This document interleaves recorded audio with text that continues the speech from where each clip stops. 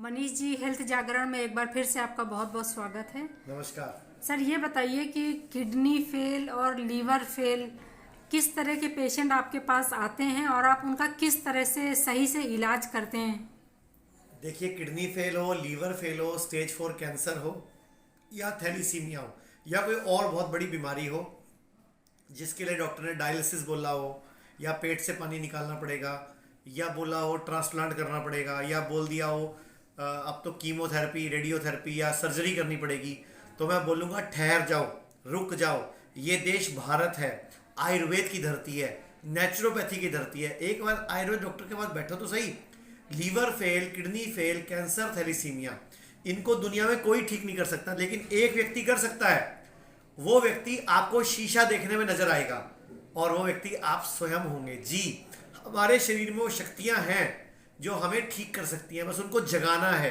और हम आयुर्वेद की मदद से, नेचुरोपैथी की मदद से, सही डाइट की मदद से उनको जगाना और उनको ठीक करना सिखाते हैं। सर, ये बताइए, क्या आयुर्वेद की तरफ आजकल लोगों का रुझान ज़्यादा हो रहा है। नहीं मैडम, बिल्कुल गलत। इस टाइम लोग आयुर्वेद में तब आते हैं जब उनको सर तरफ से ठोकर लग जाती है। मतलब लुटने के बाद, गरीब हो जाने के बाद, मकान बिक जाने के बाद, प्लॉट बिक जाने के बाद, सोना बिक जाने के बाद, किडनी ट्रांसप्लांट कराने के बाद तब जागते हैं लोग, तब कहते हैं हमें ठीक कर दो। दुख होता है कि तुम पहले भारत की अपनी पैथी पर भरोसा क्यों नहीं करते।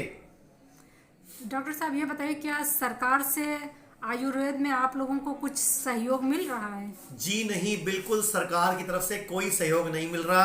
बड़ा स्लो प्रोसेस है, रो रो के काम होते हैं, फाइलें सरकती हैं। यूपी गवर्नमेंट, उत्तर प्रदेश में मैं बैठा हूं आज लखनऊ में, हिम्स में। उत्तर प्रदेश की सरकार को कई बार मैं लेटर लिख चुका हूं, कई बार मैं बोल चुका हूं कि जैसे दिल्ली गवर्नमेंट ने, राजस्थान गवर्नमेंट ने, हरियाणा गवर्नमेंट ने सरकारी कर्मचारियों का इलाज आयुर्वेद में करने की छूट दिया, कृपया आप भी कीजिए, लेकिन नहीं हो रहा है।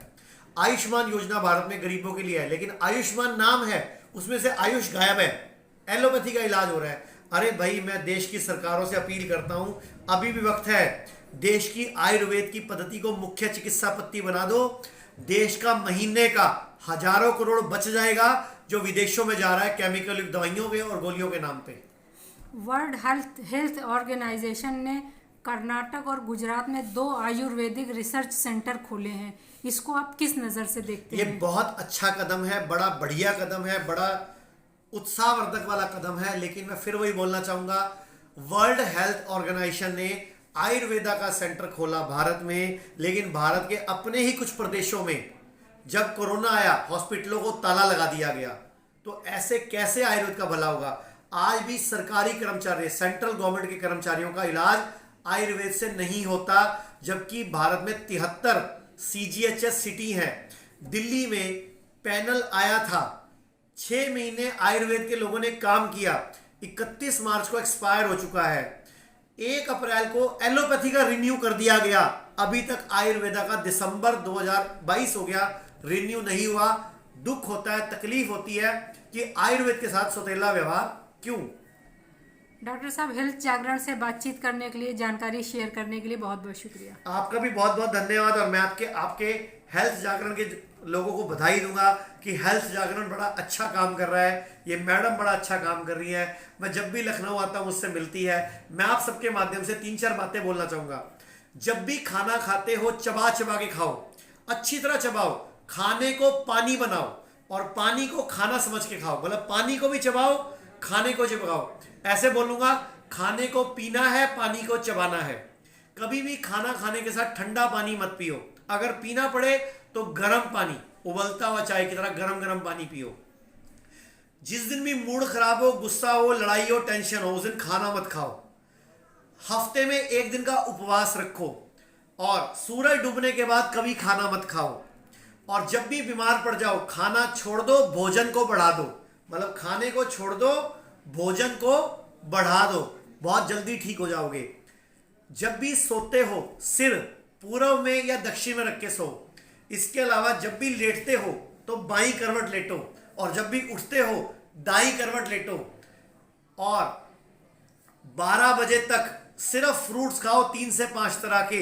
वजन गुणा 10 ग्राम। मैं जो तरीका सिखाऊंगा, इस तरीके के बाद पूरा भारत चाहे तो शुगर की दवाई छोड़ सकता है, बीपी की दवाई छोड़ सकता है, थायराइड की दवाई बंद हो सकती है। 10 करोड़ लोग भारत में बीपी की गोली रोज खाते हैं, 10 करोड़ लोग भारत में शुगर की गोली रोज खाते हैं, 8 करोड़ लोग थायराइड की गोली रोज खाते हैं। डॉक्टर से पूछो कब तक खानी है, जब तक जियोगे तब तक खानी है।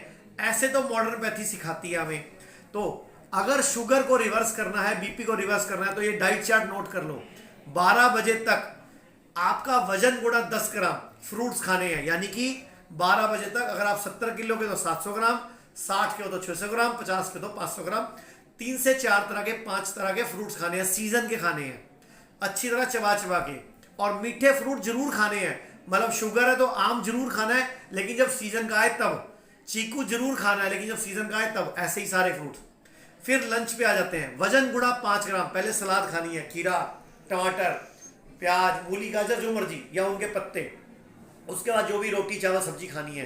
कभी भी रोटी और चावल इकट्ठा नहीं खाना।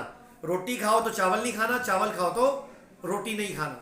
उसके बाद शाम को भी पहले सलाद की प्लेट खानी है, और कोशिश करो रात का खाना छोड़ दो। और जो भी चीज जानवर से आती है उसको छोड़ दो। दूध, पनीर, अंडा, नॉनवेज, ये सब छोड़ दो। और कोई भी चीज फैक्ट्री से आती है वो छोड़ दो। आपकी शुगर 7 दिन में रिवर्स हो सकती है, 7 दिन में। और बीपी की गोली छोड़ना चाहते हो तो शाम को 4-5 बजे ग्रीन जूस पियो। कोई भी 5-7 तरह के पत्ते ले लो, पालक, मेथी, बथुआ चलाई, कुछ भी, मूली के पत्ते, शलगम के पत्ते, गाजर के पत्ते, कुछ भी, कड़ी पत्ता ले लो, पुदीना, धनिया, कुछ भी ले लो। इसके अलावा पीपल का पत्ता, बरगद का पत्ता, कोई भी और तरह के पत्ते जो भी ले सकते हैं। पत्तों की चटनी बना लो तो 4 चम्मच चटनी खाओ। नई चटनी बनानी तो उनका जूस निकाल लो, गाढ़ा गाढ़ा। एक जूस पतला नहीं पीना, गाढ़ा गाढ़ा पीना होता है फाइबर के साथ। ये सबको पियो शाम को 4 से 5 बजे घूट घूट करके। आपकी बीपी की गोली भी छूट जाएगी। एक रुबा सुबह उठ के खाली पेट उकड़ू बैठ के, जमीन पर बैठ के, बिना कुल्ला, बिना ब्रश करे 1 गिलास गरम गरम पानी पियो। आपकी कब्ज, गैस और तेजाब जैसी प्रॉब्लम भी ठीक हो जाएगी। तो हेल्थ जागरण के दर्शकों को और जितने भी बाकी चैनल्स इस टाइम मुझे रिकॉर्ड कर रहे हैं, उन सबके दर्शकों को धन्यवाद। अगर आप ज्यादा जानकारी चाहते हो तो पूरे भारत में हमारे हिम्स के नाम से 19 बड़े हॉस्पिटल हैं, जिनमें 4 बड़े हैं। लखनऊ में 100 बेड का है, मेरठ में 1000 बेड का, एशिया का सबसे बड़ा है। इसके अलावा हमारा चंडीगढ़ डेराबस्सी में हेड ऑफिस है, और नवी मुंबई में 150 बेड का हॉस्पिटल है, डेराबस्सी में 100 बेड का है। इसके अलावा देश में 14 छोटे हॉस्पिटल हैं, गुड़गांव, अमृतसर, जयपुर, जोधपुर, भागलपुर, चंडीगढ़, गोवा, थाने, मुंबई में, संगरूर में, पटियाला में कई सेंटर्स हैं। इसके अलावा 100 से ज्यादा हमारी क्लिनिक्स हैं, 250 डॉक्टर्स की टीम है, 1800 लोग हमारे साथ काम करते हैं। हम सिर्फ एक ही चीज चाहते हैं, भारत का नागरिक देश की बनी दवाई से या देश की बनी बातों से या देश की तरीकों से ठीक हो जाए, ताकि देश का बाहर पैसा नहीं जाए। आज के लिए इतना ही, धन्यवाद।